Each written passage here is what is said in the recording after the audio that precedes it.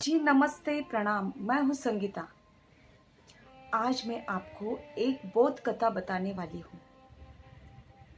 एक बार एक व्यक्ति भगवान बुद्ध जी के सामने गए, उनके दर्शन के लिए गए। तब उन्होंने उनसे क्वेश्चन पूछा कि हे भगवान, जब हम कभी कभी किसी व्यक्ति को पूरी तरह से जानते भी नहीं, फिर भी उनके प्रति अपने मन में गुस्सा या फिर बहुत सारा रिस्पेक्ट, प्यार क्यों आ जाता है। फिर इस पर भगवान बुद्ध जी ने स्माइल किया और उनको एक कहानी बताई। उन्होंने कहा, एक नगर था, वहाँ पर एक राजा था। राजा बड़ा न्यायप्रिय था। वह कभी कभी वेश बदलकर अपने नगर में जाया किया करता था। उनका एक प्रधान था। प्रधान भी बहुत ही होशियार था। उसका आत्मज्ञान बहुत ज़्यादा था। एक दिन राजा उनकी नगर में ऐसे ही घूमने के लिए गए। तब उनको एक लकड़ी के व्यापार की दुकान पर नजर गिरी। तब उनके ख्याल में राजा को ऐसा लगा, उस दुकान को देखकर राजा को बड़ा नेगेटिव फील हो गया, नर्वसनेस फील हो गया। फिर राजा ने दूसरी बार दिन में वेश बदलकर उस दुकान के पास से गुजरे। तब उनको उस दुकान में एक व्यापारी नजर आए। उनको देखकर राजा का गुस्सा और भी बड़ा हो गया और राजा बहुत ही बैड फील करने लगे।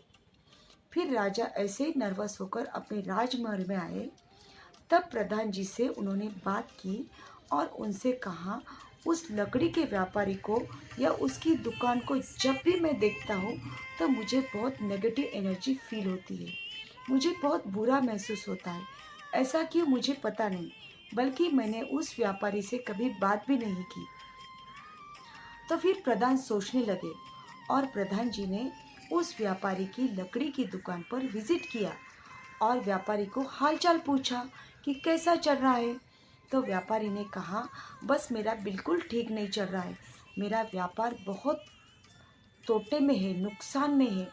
मैं यही राह देख रहा हूँ कि कहीं से कोई बड़ा व्यापारी मुझे मिले और मेरी लकड़ी बिक जाए। तो प्रधान ने कहा कि हाँ, ऐसा तो हो जाएगा, तो एक न एक दिन आपको बड़ा ग्राहक मिल ही जाएगा। तब लकड़ी के व्यापारी ने कहा, नहीं, ऐसा नहीं होगा, मैं बहुत दिन से राह देख रहा हूँ। ऐसा एक ही बार होगा जब हमारे राजा की मृत्यु हो जाएगी और उसके मृत्यु के लिए बहुत सारी चंदन की लकड़ी की मांग की जाएगी। तब तो मुझे बहुत सारा फायदा होगा और मेरा घर, मेरा परिवार सुखी हो जाएगा। तो फिर ये सोचकर, इसकी व्यापारी की सोच देखकर प्रधान जी सोच में पड़ गए। वह वहाँ से निकल पड़े और सोचने लगे कि क्या हो जाए। फिर दूसरे दिन वापिस प्रधान उस व्यापारी की दुकान पर गए और उनसे कहा कि आपके दुकान में जितनी भी सारी लकड़ी है वो पूरी लकड़ी राजा ने मांगी हुई है। तो व्यापारी ने कहा, क्यों? तो उन्होंने कहा, राजा का जन्मदिन है और उसी अवसर पर राजा पूरे नगर के जनता को मुफ्त में खाना खिलाने वाले हैं और इसीलिए उन्होंने आपकी दुकान से बहुत सारी लकड़ियाँ लेने के लिए कहा है। तो फिर व्यापारी ये खबर सुनते खुश हो गया और प्रधान जी ने उनसे पूरी सारी चंदन की और उसकी दुकान में जो भी लकड़ियाँ थी वो सारी उससे खरीद ली और बहुत सारा पैसा उस व्यापारी को दे दिया। और फिर व्यापारी बहुत खुश हो गया। वो सोचने लगा, हमारा राजा तो बहुत अच्छा है, वो तो पूरे प्रजा के बारे में सोचता है, खुशियाँ देने के लिए सोचता है और मैं ऐसा हूँ कि अपने राजा के प्रति उसकी मृत्यु के लिए बार बार सोचता था, मैं कितना बुरा हूँ।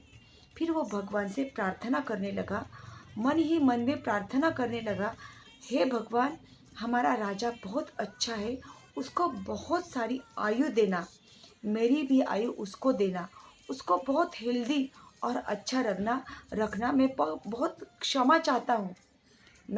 मेरा राजा बहुत अच्छा है। और वो हर पल खुद को गिल्टी फील कर राजा के प्रति प्रार्थना करने लगा। तो और इधर राजा का ये हाल हुआ कि इधर राजा को प्रधान ने कुछ भी नहीं बताया। एक दिन राजा उनकी व्यापारी की लकड़ी की दुकान से फिर जा रहे थे। उस वक्त राजा को महसूस हुआ कि ये व्यापारी बहुत अच्छा है।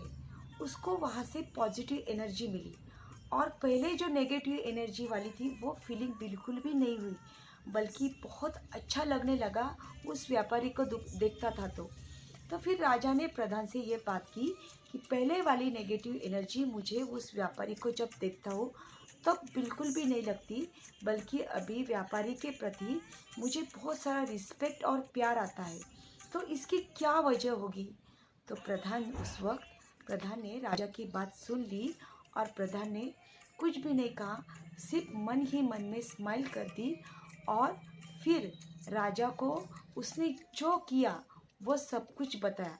फिर राजा ने इससे बहुत कुछ सीख लिया और राजा अपने जनता के प्रति और भी सजग होकर जनता को न्याय देने लगा। बहुत बड़ा नमस्ते भगवान बुद्ध जी को, वो राजा को और आपको। नमस्ते।